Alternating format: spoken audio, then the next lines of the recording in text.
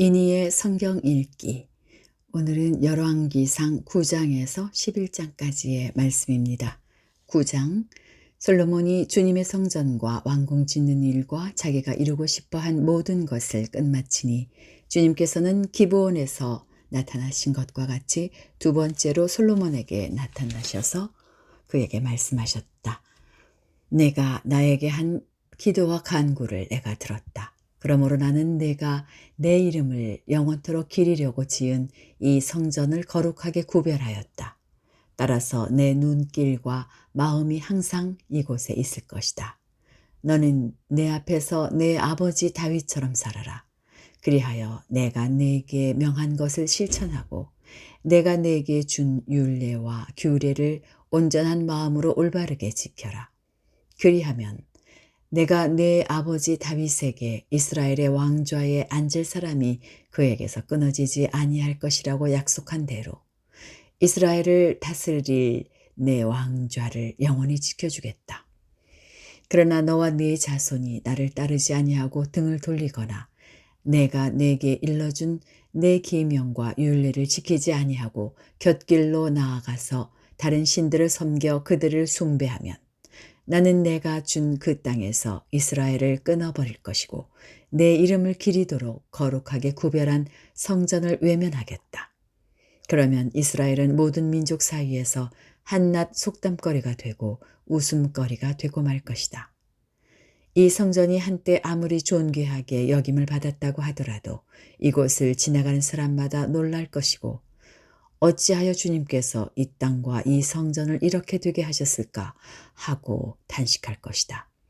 그러면서 그들은 이스라엘 백성이 자기들의 조상을 이집트 땅으로부터 이끌어내신 주 그들의 하나님을 버리고 다른 신들에게 미혹되어 그들 신들에게 절하여 그 신들을 섬겼으므로 주님께서 이 온갖 재앙을 그들에게 내리셨다 하고 말할 것이다. 솔로몬은 주님의 성전과 왕궁 이 두 건물을 다 짓는데 20해가 걸렸다.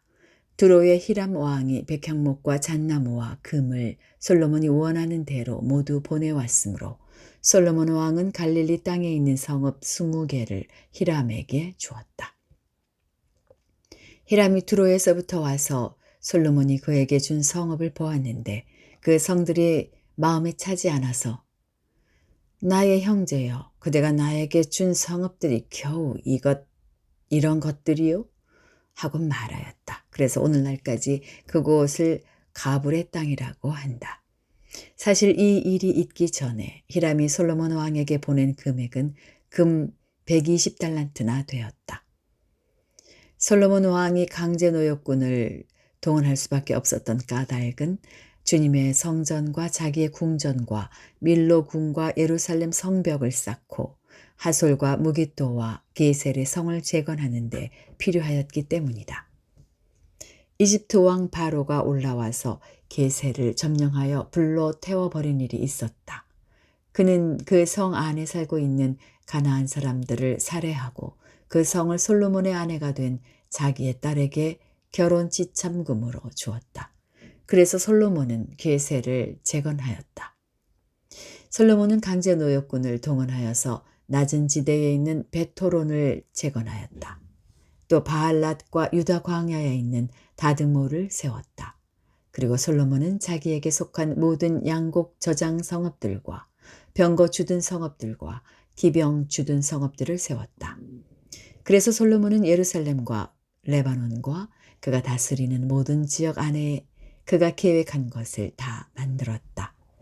이스라엘 자손이 아닌 아모리 사람과 헷 사람과 브리스 사람과 히위 사람과 여부스 사람 가운데서 살아남은 백성이 있었다. 솔로몬은 그들을 노예로 삼아서 강제 노역에 동원하였다. 그들은 이스라엘 자손이 다 진멸할 수 없어서 그 땅에 그대로 남겨둔 백성들이었다. 그래서 그들은 오늘날까지도 노예로 남아있다. 그러나 솔로몬은 이스라엘 사람 가운데서는 어느 누구도 노예로 삼지 않았다.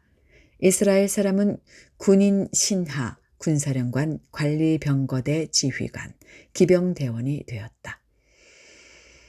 솔로몬의 일을 지휘한 관리 책임자들은 550명이다. 그들은 작업장에서 일하는 백성을 감독하는 사람들이다. 바로의 딸은 다윗성에서 올라와서 솔로몬이 지어준 자기의 궁으로 갔다. 그때 솔로몬이 밀로 궁을 완공하였다. 솔로몬은 한 해에 3번씩 주님의 제단에서 번제물과 화목제물을 드리고 또 주님 앞에서 분향하였다. 이렇게 그는 성전 짓는 일을 완수하였다. 솔로몬 왕은 또 에돔 왕 홍해변 엘롯 근방에 있는 에시온 게벨에서 배를 만들었다. 히람은 자기 신하 가운데서 바다를 잘 아는 뱃사람들을 보내서 솔로몬의 신하들을 돕게 하였다. 그들이 오빌에 이르러 거기서 420달란트의 금을 솔로몬 왕에게로 가져왔다. 10장. 스바 여왕이 주님의 이름 때문에 유명해진 솔로몬의 명성을 듣고서 여러 가지 어려운 질문으로 시험해 보려고 솔로몬을 찾아왔다. 여왕은 수많은 수행원을 데리고 또 여러 가지 향료와 많은 금과 보석을 낙타에 싣고 예루살렘으로 왔다. 그는 솔로몬에게 이르러서 마음속에 품고 있던 온갖 것을 다 물어보았다. 솔로몬은 여왕이 묻는 온갖 질문에 척척 대답하였다. 솔로몬이 몰라서 여왕에게 대답하지 못하는 것은 하나도 없었다. 스바의 여왕은 솔로몬이 온갖 지혜를 갖추고 있는 것을 확인하고 또 그가 지은 궁전을 두루 살펴보고 또 왕의 식탁에다가 차려놓은 요리와 신하들이 둘러앉은 모습과 그의 관리들이 일하는 모습과 그들이 입은 제복과 술잔을 받들어 올리는 시종들과 주님의 성전에서 드리는 번제물을 보고 넋을 잃었다. 여왕이 왕에게 말하였다. 임금님께서 이루신 업적과 임금님의 지혜에 관한 소문을 내가 나의 나라에서 이미 들었지만 와서 보니 과연 들은 소문이 모두 사실입니다. 내가 여기 오기 전까지는 그 소문을 믿지 않았는데 내 눈으로 직접 확인하고 보니 오히려 내가 들은 소문은 사실의 절반도 안 되는 것 같습니다. 임금님께서는 내가 들은 소문보다 지혜와 복이 훨씬 더 많습니다. 임금님의 백성은 참으로 행복한 사람들입니다. 임금님 앞에 서서 늘 임금님의 지혜를 배우는 임금님의 신하들 또한 참으로 행복하다고 하지 아니할 수 없습니다. 임금님의 주 하나님께 찬양을 돌립니다. 하나님께서는 임금님을 좋아하셔서 임금님을 이스라엘을 다스리는 왕좌에 앉히셨습니다. 주님께서는 이스라엘을 영원히 사랑하셔서 임금님을 왕으로 삼으시고 공평과 정의로 다스리게 하셨습니다. 그런 다음에 여왕은 금 120달란트와 아주 많은 향료와 보석을 왕에게 선사하였다. 솔로몬 왕은 스바 여왕에게서 받은 것처럼 많은 향료를 어느 누구에게서도 다시는 더 받아본 일이 없다. 오빌에서부터 금을 싣고 온 히람의 배들은 대단히 많은 백단목과 보석을 가지고 왔는데 왕은 이 백단목으로 주님의 성전과 왕궁의 계단을 만들고 합창단원이 쓸 수금과 하프를 만들었다. 이와 같은 백단목은 전에도 들여온 일이 없고 오늘까지도 이런 나무는 본 일이 없다. 솔로몬 왕은 스바의 여왕에게 왕의 관례에 따라 담례물을 준 것밖에도 그 여왕이 요구하는 대로 가지고 싶어하는 것을 모두 주었다. 여왕은 신하들과 함께 자기 나라로 돌아갔다. 해마다 솔로몬에게 들어오는 금은 그 무게가 666달란트였다. 이 밖에도 상인들로부터 세금으로 들어온 것과 무역업자와의 교역에서 얻은 수입과 아라비아의 모든 왕들과 국내의 지방 장관들이 보내오는 금도 있었다. 솔로몬 왕은 금을 두드려 펴서 입힌 큰 방패를 200개나 만들었는데 방패 하나에 들어간 금만 하여도 600세겔이나 되었다. 그는 또 금을 두드려 펴서 입힌 작은 방패를 300개를 만들었는데 그 방패 하나에 들어간 금은 3만회였다. 왕은 이 방패들을 레바논 숲을 궁에 두었다. 왕은 상하로 큰 보좌를 만들고 거기에다 잘 정련된 금을 입혔다. 보좌로 오르는 층계에는 계단이 6이 있었으며 보좌의 꼭대기에는 뒤가 둥그렇게 되어 있었으며 그 앉는 자리 양쪽에는 팔걸이가 있고 그 팔걸이 양옆에는 각각 사자상이 하나씩 서 있었다. 6개의 계단 양쪽에도 각각 6개씩 12개의 사자상이 서 있었다. 일찍이 어느 나라에서도 이렇게는 만들지 못하였다. 솔로몬 왕이 마시는 데 쓰는 모든 그릇은 금으로 되어 있었고 레바논 숲을 궁에 있는 그릇도 모두 순금이며 은으로 된 것은 하나도 없었다. 솔로몬 시대에는 은은 귀금속 축에 들지도 못하였다. 왕은 다시스 배를 바다에 띄우고 히람의 배와 함께 해상무역을 하게 하였다. 새 해마다 한 번씩 다시스의 배가 금과 은과 상아와 원숭이와 공작새들을 실어오고는 하였다. 솔로몬 왕은 재산에 있어서나 지혜에 있어서나 이 세상의 그 어느 왕보다 훨씬 뛰어났다. 그래서 온 세계 사람은 모두 솔로몬을 직접 만나서 하나님께서 그의 마음에 넣어주신 지혜의 말을 들으려고 하였다. 그래서 그들은 각각 은그릇과 금그릇과 옷과 갑옷과 향료와 말과 노새를 예물로 가지고 왔는데 해마다 이런 사람의 방문이 그치지 않았다. 솔로몬이 병거와 기병을 모으니 병거가 1,400대, 기병이 12,000명에 이르렀다. 솔로몬은 그들을 병거 주둔 성과 왕이 있는 예루살렘에다가 나누어서 배치하였다. 왕 덕분에 예루살렘에는 은이 돌처럼 흔하였고 백향목은 세펠라 평원지대의 뽕나무만큼이나 많았다. 솔로몬은 말을 이집트와 구에로부터 수입하였는데 왕실 무역상을 시켜서 구에에서 사들였다. 병거는 이집트에서 한 대에 은 600세겔을 그리고 말은 한 필에 은 150세겔을 주고 들여와서 그것을 해쪽의 모든 왕과 시리아 왕들에게 되팔기도 하였다. 11장 솔로몬 왕은 외국 여자들을 좋아하였다. 이집트의 바로의 딸 말고도 모압 사람과 암몬 사람과 에돔 사람과 시돈 사람과 헷 사람에게서 많은 외국 여자를 후궁으로 맞아들였다. 주님께서 일찍이 이 여러 민족을 두고 이스라엘 자손에게 경고하신 일이 있었다. 너희는 그들과 결혼을 하고자 해서는 안 되고 그들이 청혼하여 오더라도 받아들여서는 안 된다. 분명히 그들은 너희의 마음을 그들이 믿는 신에게로 기울어지게 할 것이다 하고 말씀하셨다. 그런데도 솔로몬은 외국 여자들을 좋아하였으므로 마음을 돌리지 못하였다. 그는 자그마치 700명의 후궁과 300명의 첩을 두었는데 그 아내들이 그의 마음을 사로잡았다. 솔로몬이 늙으니 그 아내들이 솔로몬을 꾀어서 다른 신들을 따르게 하였다. 그래서 솔로몬은 자기의 주 하나님께 그의 아버지 다윗만큼은 완전하지 못하였다. 솔로몬이 시돈 사람의 여신 아스다롯과 암몬 사람의 우상 밀곰을 따라가서 주님 앞에서 악행을 하였다. 그의 아버지 다윗은 주님께 충성을 다하였으나 솔로몬은 그러하지 못하였다. 솔로몬은 예루살렘 동쪽 산에 모압의 혐오스러운 우상 그모스를 섬기는 산당을 짓고 암몬 자손의 혐오스러운 우상 몰렉을 섬기는 산당도 지었는데 그는 그의 외국인 아내들이 하자는 대로 그들의 신들에게 향을 피우며 제사를 지냈다. 이와 같이 솔로몬의 마음이 주 이스라엘의 하나님을 떠났으므로 주님께서 솔로몬에게 진노하셨다. 주님께서는 2번씩이나 솔로몬에게 나타나셔서 다른 신들을 따라가지 말라고 당부하셨지만 솔로몬은 주님께서 하신 말씀에 순종하지 않았다. 그러므로 주님께서 솔로몬에게 이렇게 말씀하셨다.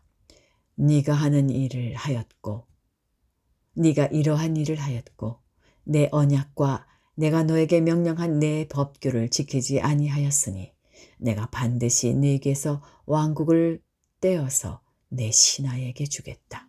다만 내가 사는 날 동안에는 내 아버지 다윗을 보아서 그렇게 하지 않겠지만 내 아들 때에 이르러서는 내가 이 나라를 갈라놓겠다.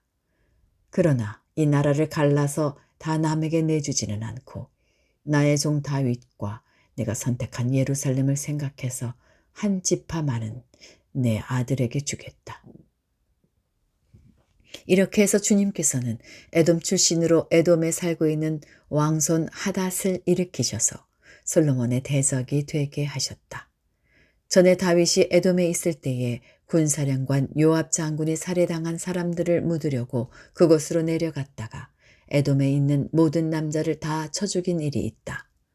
요압은 온 이스라엘 사람과 함께 에돔에 있는 모든 남자를 다 진멸할 때까지 6달 동안 거기에 머물러 있었다. 그러나 하닷은 자기 아버지의 신하이던 에돔 사람들을 데리고서 이집트로 도망하였다. 그때의 하닷은 아직 어린 소년이었다. 그들은 미디안에서 출발하여 바란에 이르렀고 그곳에서 장정 몇 사람을 데리고 이집트로 내려가서 이집트 왕 바로에게로 갔다.